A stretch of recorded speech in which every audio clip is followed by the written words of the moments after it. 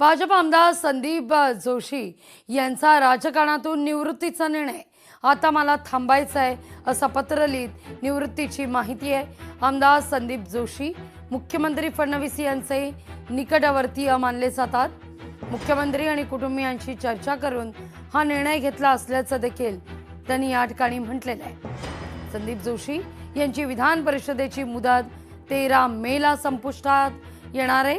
यापुढे सामाजिक प्रकल्पांच्या माध्यमातून जनसेवेचा वारसा जपणार असं जोशींचं म्हणणं आहे।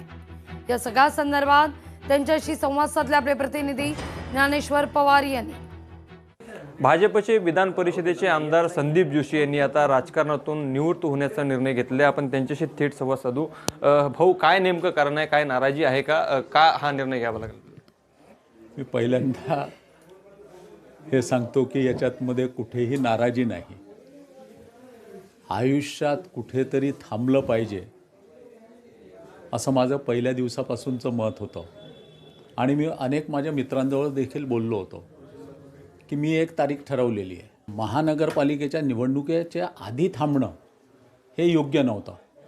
त्याच्यामुळे मी दमाने काम केलं माझ्या आणि त्यानंतर ही 13 मेपर्यंत माझी आमदारकी आहे आणि 13 मेपर्यंत आमदारकी पक्षाने दिलेली आहे, तर मध्ये सोडणं बरोबर नाही आहे। फक्त 13 मे नंतर जर पक्षाने आमदारकी दिली